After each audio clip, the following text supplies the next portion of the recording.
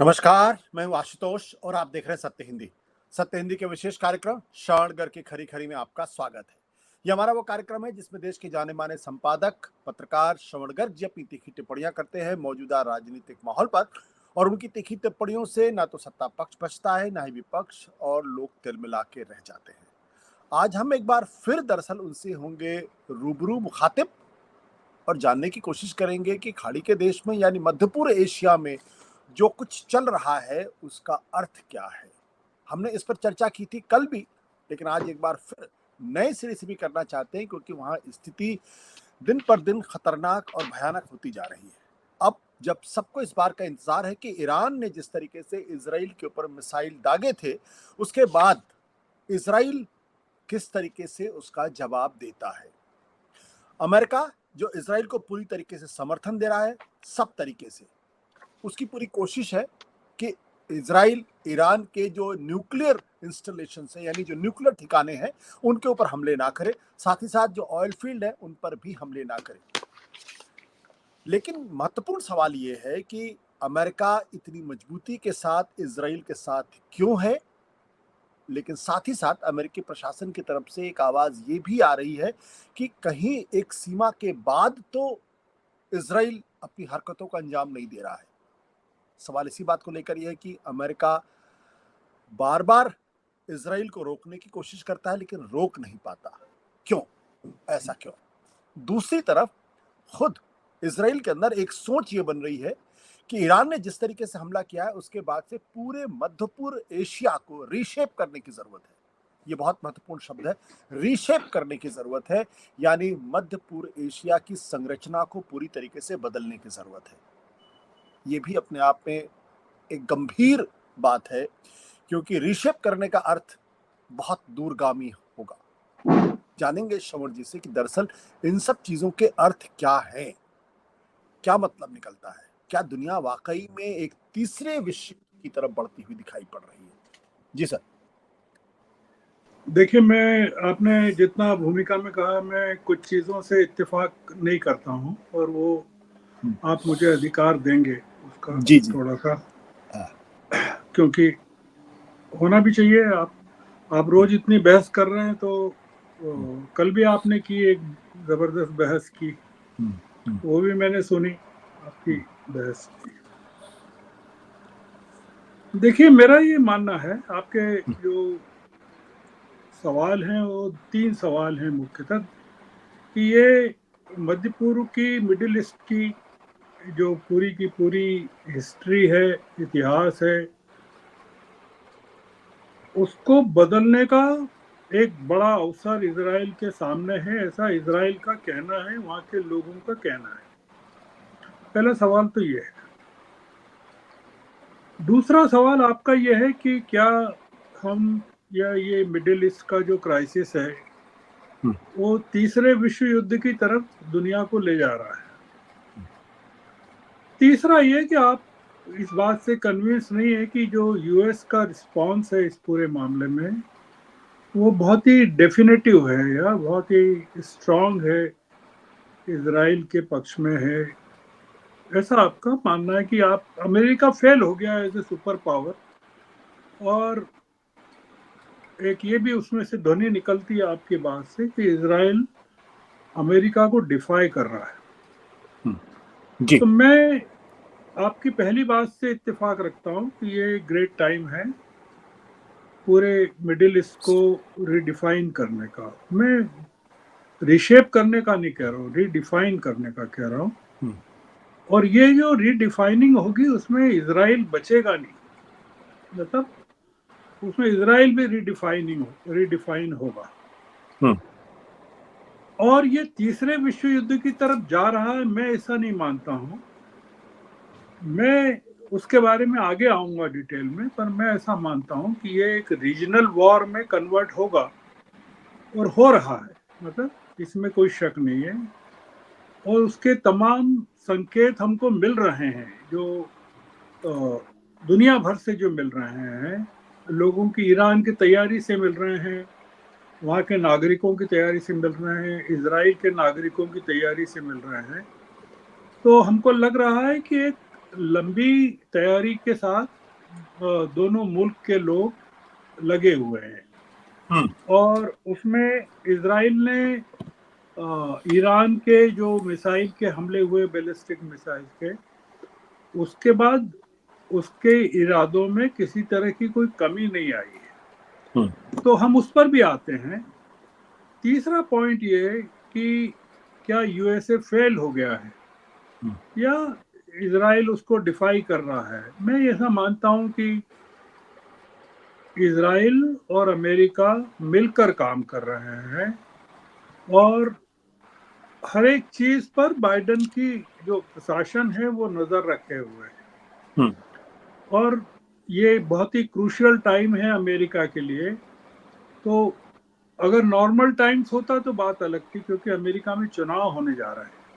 और हमने अपनी पिछली बातचीत में कहा था कि ट्रंप इस फिराक में है, इस कोशिश में है कि वेस्ट एशिया के मामले को लेकर या मिडिल ईस्ट के मामले को लेकर बाइडेन कोई बड़ी गलती कर दें और वहां की जो पूरी जेविश कम्युनिटी है वो नाराज हो जाए डेमोक्रेट से। ऑलरेडी बहुत ज्यादा एलिनिएशन नहीं है, पर बहुत ज्यादा लगाव भी नहीं है।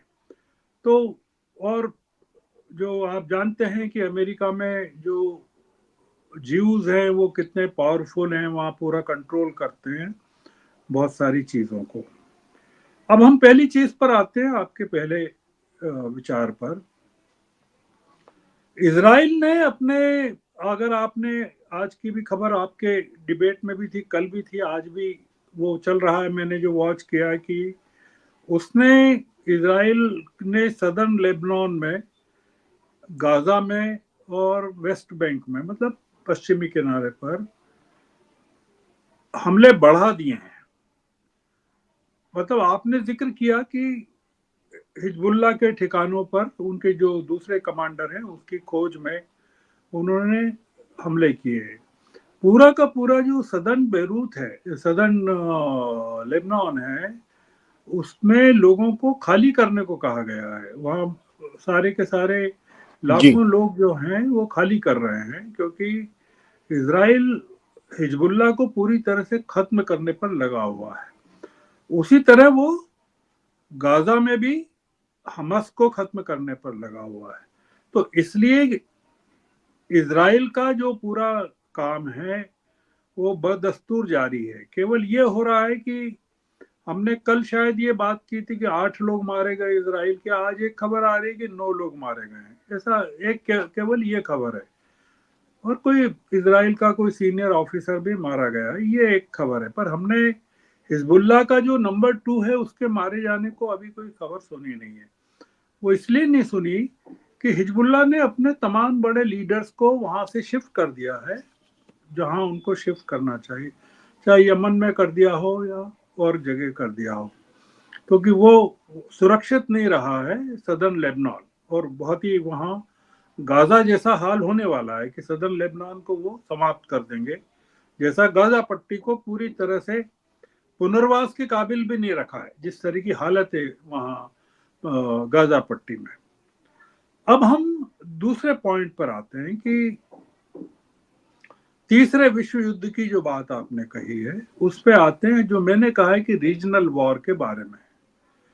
और हम उस पर भी आते हैं जो आपने कहा है कि अमेरिका ने मना किया है कि ऑयल फील्ड्स पर और न्यूक्लियर इंस्टॉलेशंस पर हमले नहीं करना है। उस पर भी हम आते हैं। इजराइल का जो पूरा का पूरा मामला है वो टाइमिंग का है। जैसा कि बाइडेन ने कहा है, कल कहा है, बाइडेन ने कहा है और संकेत दिया है ग्रुप 7 की बात के साथ बातचीत के बाद। उन्होंने जो रिपोर्टर से जो बात की उसके उसमें जो संकेत दिया है उसमें ये मिलता है कि ईरान उचित मौके की प्रतीक्षा में है कि उसको कब स्ट्राइक करना चाहिए। एक चीज ये समझ लें हम कि ईरान और इजराइल के बीच में 2000 किलोमीटर की दूरी है। 2000, लगभग 2000 है। मतलब आप इंडियन कॉन्टेक्स्ट में अगर देखें तो चेन्नई और दिल्ली के बीच जितनी दूरी है। तो दूसरा ये कि जो बाइडेन ने संकेत दिया है उसमें ये कहा है कि जो ऑयल फील्ड्स हैं वो लाइकली टारगेट हो सकते हैं, मतलब न्यूक्लियर इंस्टॉलेशंस नहीं होंगे और ऑयल फील्ड्स हो सकते हैं। ये बाइडेन ने भी संकेत दिया है। तो इसमें जो मुद्दा है कि अमेरिका और इजराइल वो बिल्कुल बाकायदा साथ कर रहे हैं काम, और भूमध्य महासागर में जो अमेरिका का बेड़ा है और पूरी की पूरी जो विमान वाहक जहाज हैं और तमाम चीजें हैं, वो सपोर्ट सिस्टम और सारे के सारे यूरोप के जो देश हैं वो इनके साथ लगे हुए हैं, इजराइल के साथ। ईरान को पता है और ईरान के लोगों को भी पता है। अगर आप ईरान की खबरों को टटोलें तो लोगों ने तैयारी शुरू कर दी है कि जो ऑयल की और गैस की जो क्राइसिस होगी उसके लिए उन्होंने अभी से जमा करना शुरू कर दिया है। अगर जो तेहरान से खबरें आ रही है उसके हिसाब से लोगों ने राशन, जैसे कहते हैं ना कि बटोरना शुरू कर दिया है कि किसी भी समय अगर हमला हो तो एनर्जी क्राइसिस नहीं होना चाहिए। तो वहां तैयारी चल रही है, ईरान के लोग चल रहे हैं, लगे हुए हैं। और एक बड़ा डेवलपमेंट ये है, जो ईरान के जो फाइनेंस मिनिस्टर, फॉरेन मिनिस्टर हैं, वो इस समय बेरूत में है। मतलब वो ये हिजबुल्लाह के लोगों के साथ बातचीत कर रहे हैं कि कैसे पूरे के पूरे अटैक को, अगर इजराइल रिस्पॉन्ड करता है ईरान की जो मिसाइलों का अटैक है, मतलब करीबन जो अभी फिगर्स आ रहे हैं वो 180 मिसाइलें छोड़ी थी। हमको एक चीज ध्यान रखना चाहिए पूरी पूरी बातचीत में कि ईरान ने जो बैलिस्टिक मिसाइल्स का हमला किया, हमने कल भी बातचीत की थी, रहवासी क्षेत्रों को बिल्कुल नहीं छुआ है, मतलब नागरिकों को बचा के उन्होंने किया है। इसका ये मतलब है कि ईरान का इरादा इजराइल को डराने का है, साइकोलॉजिकल तरीके से पूरा का पूरा तोड़ने का है। ईरान के साथ युद्ध में जाने का नहीं है। मतलब जो हम कंक्लूजन ड्रॉ कर सकते हैं वो ये कि ईरान को एक बताना, इजराइल को बताना है कि बस जरा हमसे बच के रहना और हमारे साथ छेड़छाड़ मत करना। ये जो हमको समझ में आता है, उसका बेसिक रीजन ये समझ में आता है कि हिजबुल्लाह के जो सबसे बड़े नेता हैं उनको मार डाला है इजराइल ने, और उनके जो हमस के नेता हैं उनको मार डाला, और उनके जो सबसे बड़े सिक्योरिटी के जो कमांडर थे ईरान के, उनको मार डाला इजराइल ने। तो ये जो बड़ा पूरा का पूरा सिक्योरिटी गार्ड के जो कमांडर थे उनको इजराइल ने मार दिया। तो ये पूरा जो ईरान की नाराजगी है उसके पीछे, रिटेलिएशन के पीछे एक बड़ा कारण ये है कि इस जिस तरह से काम कर रहा है इजराइल उसके खिलाफ, तो अभी तनाव पूरी तरह से बना हुआ है, मतलब मिडिल ईस्ट में। और वो जैसे ही ऑयल फील्ड्स पे हमला हुआ, आप पाएंगे कि वो एस्केलेट हो जाएगा एक बड़े रीजनल वॉर में। अब उसमें जो अरब लीग है 22 देशों का, वो ऑलरेडी डिवाइडेड है। इनके साथ, ईरान के साथ कौन जाता है, क्योंकि ये शिया हैं पूरे के पूरे ईरानी, और मोस्ट जो मुस्लिम कंट्रीज हैं सुन्नीस हैं। हालांकि कुवैत ईरान के साथ है वो पूरी तरह से, जो कि सुन्नी है, पर सऊदी अरब है या और जो मुल्क हैं वो इस समय इजराइल के समर्थक हो गए जब से समझौता अमेरिका ने करवाया। खैर वो एक मुद्दा अलग है। रशिया ने अभी समर्थन जाहिर कर दिया है ईरान के साथ। ये हमने देखा है कि पुतिन ने रशिया के साथ, ईरान के साथ खड़े हो गए पुतिन। पर चाइना जो सबसे बड़ा इंपोर्टर है ईरानी ऑयल का, उसने अभी कोई अपना स्टैंड नहीं बताया कि वो क्या कह रहा है या क्या करना चाहता है। तो ये हमारे हमारे हमारे इलाके में, मतलब एशिया में, एशियन सब कॉन्टिनेंट में और मध्य एशिया में भी ये एक बड़ा जो संघर्ष का मुद्दा बन रहा है।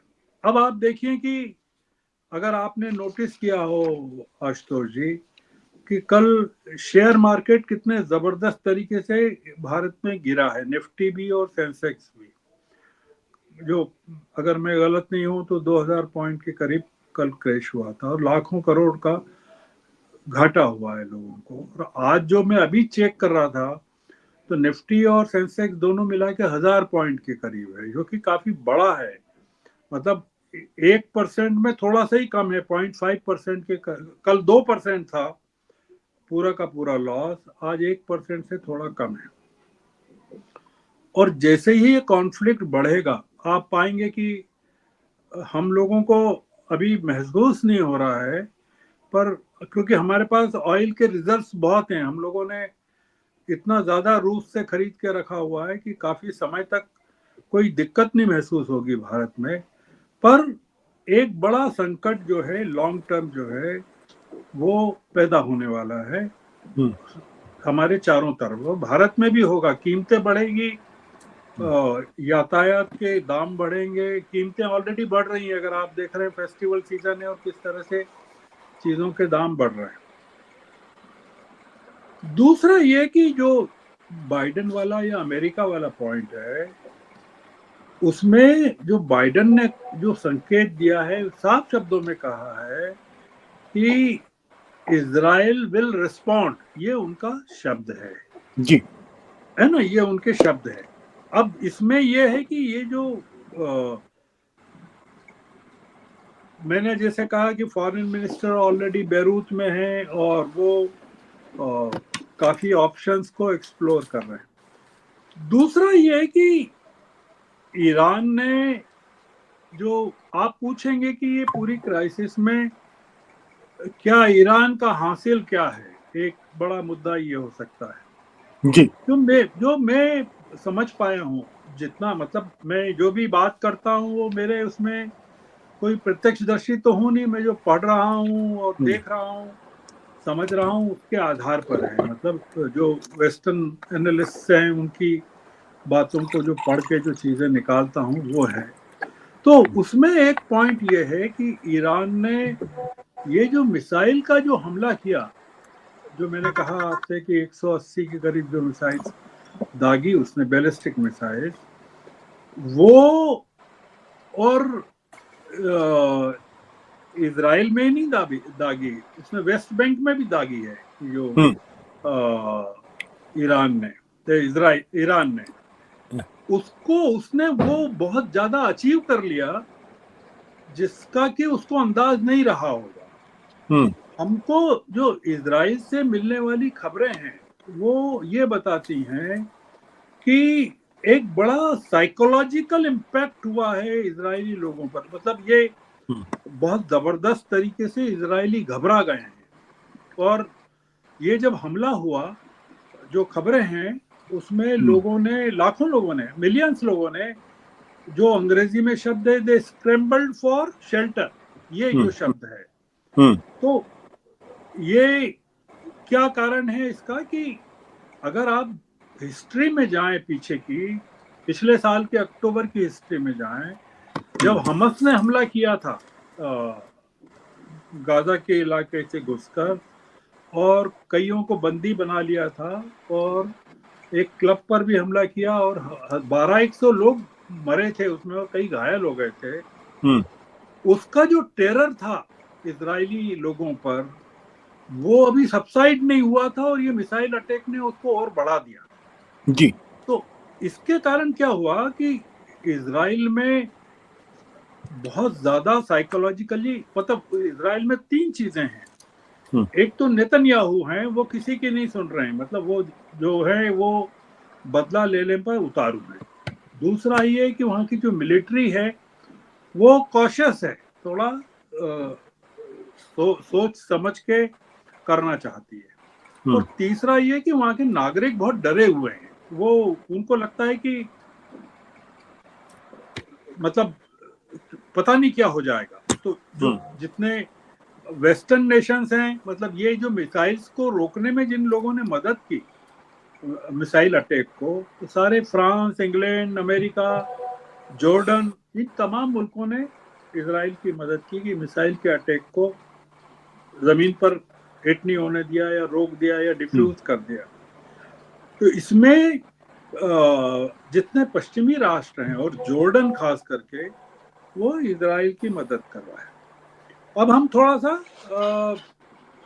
लास्ट पॉइंट की तरफ दौड़ते हैं कि ये जैसा मैंने कहा कि ये अक्टूबर 7 के बाद से ये जो हमास का अटैक हुआ था, इसमें पहली बार ऐसा हुआ है कि इस तरह से साइकोलॉजिकली इजराइल प्रेशर।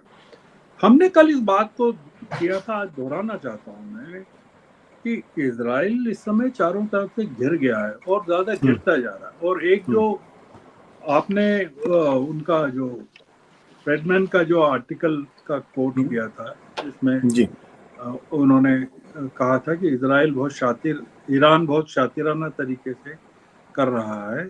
एग्जैक्टली वही है कि वो इजराइल को दबाने की कोशिश में है कि वो अपनी टर्म्स पर, ईरान चाहता है कि इजराइल उससे बात करे। तो ये पूरा जो वेस्ट एशिया का क्राइसिस है, इसका जो कंक्लूजन हम बताना चाहते हैं, उस पर पहुंचना चाहते हैं कि ये अभी और बढ़ेगा आशुतोष जी, ये कम नहीं होने वाला है। ऑयल के ठिकान, इजराइल रुकेगा नहीं, वहां बहुत प्रेशर है, साइकोलॉजिकल प्रेशर है, मिलिट्री का सबसे ज्यादा प्रेशर है। वो लोग जो ज्यूज वहां हैं अमेरिका में, उनका बहुत ज्यादा प्रेशर है। और बाइडेन के जीतने के लिए, चुनाव जीतने के लिए सबसे बड़ा प्रेशर है कि अगर वो इजराइल को लेट डाउन करते हैं तो इसका जो मैसेज है वो बहुत गलत ये जाएगा कि ट्रंप विल बिकम पावरफुल। और ट्रंप के पावरफुल होने का मतलब है कि अगर ट्रंप वापस आ जाते हैं केवल इस मुद्दे पर कि वेस्ट एशिया के मुद्दे पर, मतलब यूक्रेन के बाद वेस्ट एशिया में भी बाइडेन अगर फेल हो गए हैं, और घरेलू मोर्चे में तो वो बाइडेन फेल हुए ही हैं इमिग्रेंट्स के मामले में, तो ये जो जितनी बढ़त कमला हैरिस ने बनाई है इस चुनाव में, जहां मतलब बैटलफील्ड स्टेट्स में भी बनाई है, जो एरिजोना का है या विस्कॉन्सिन का है या पेनिसिल्वेनिया का है, तमाम जगह जो है वो पूरी की पूरी वो ट्रंप उस पर हावी हो जाएंगे। तो बाइडेन के लिए बहुत जरूरी है कि इस समय वो इजराइल के साथ खड़ा हो, और इजराइल के साथ खड़े हैं बाइडेन, पूरी तरह से खड़े हैं। वो बड़े कैलकुलेटेड तरीके से चल रहे हैं कि वो, उनकी एक उम्मीद ये है कि ये किसी तरह से चुनाव निपट जाए, जो कि असंभव लगता है कि इतना लंबा 9 नवंबर तक चीजें जाएंगी नहीं कि इजराइल रुक जाए 9 नवंबर तक, वो लगता नहीं। अगर वो रुक जाता है इजराइल तब तक तो बात अलग है, पर ट्रंप ऐसा होने नहीं देंगे। ट्रंप का जो प्रेशर है नेतन्याहू पर और इजराइल पर, वो भी अपनी जगह है, और बाइडेन का जो अपना जो एक गणित है वो भी अपनी जगह है। तो इस समय बहुत सारी पॉलिटिक्स चल रही है। हम लोग चूंकि सुपरफिशियली चीजों को देखते हैं और जो पढ़ते हैं उसके हिसाब से अपने अनुमान बनाते हैं, तो इसलिए हो सकता है कि जब तक कि हम जो बात कर रहे हैं वो और लोग भी रिपीट नहीं करें या उसको दोहराएं नहीं, हम उसको कंफर्म नहीं मान सकते कि जो हम सोच रहे हैं वही सही है। तो हम आज की चर्चा के लिए आशुतोष जी यही इसी नोट पर कि ये अभी चलेगा। अब पता नहीं आप इजराइल पर चर्चा कब तक जारी रखेंगे, कि जब तक युद्ध नहीं हो जाए और जब तक खत्म नहीं हो जाए, तब तक अगर करना चाहेंगे तो वो भी करेंगे। जी जी जी जी। नहीं, आपने ही कहा था ना कि ये इस संकट अगर जितना बढ़ता जाएगा उतना भारत पे भी उसका असर दिखाई पड़ेगा, अमेरिका में असर, बल्कि अमेरिका में तो ऑलरेडी इस पर चर्चा शुरू हो गई है किस तरीके से महंगाई बढ़ेगी, इन्फ्लेशन बढ़ेगा, बेरोजगारी बढ़ सकती है, तो और अर्थव्यवस्था में जीडीपी में ड्रॉप दिखाई पड़ सकता है। तो पूरी इसका दुनिया में इसका इस वक्त चिंतित है इस बात को लेकर। इसका इसका सबसे बड़ा असर होगा कि एक बहुत बड़ी संख्या में जो भारतीय विदेशों में उनको लौटना पड़ेगा, इतना जी। ज़्यादा संकट बढ़ेगा, रोजगार का बढ़ेगा। इजराइल जो लोग गए हैं वो भारत से, वो उन लोगों को लौटना पड़ेगा। मिडिल ईस्ट में जो लोग भारत के बहुत सारे लोग गए हैं उनको लौटना पड़ेगा। अगर कुवैत इसमें इन्वॉल्व हो जाता है तो कुवैत में, कतार में बहुत सारे लोग हैं, उनको लौटना पड़ेगा। इसके इम्प्लीकेशंस अगर आपने देखा हो तो जयशंकर जो हैं वो सबसे ज्यादा एक्टिव हैं इस समय, जो लगे हुए हैं। मतलब वो, आपको आश्चर्य नहीं होना चाहिए कि वो पाकिस्तान जा रहे हैं या पाकिस्तान पहुंच गए हैं जयशंकर।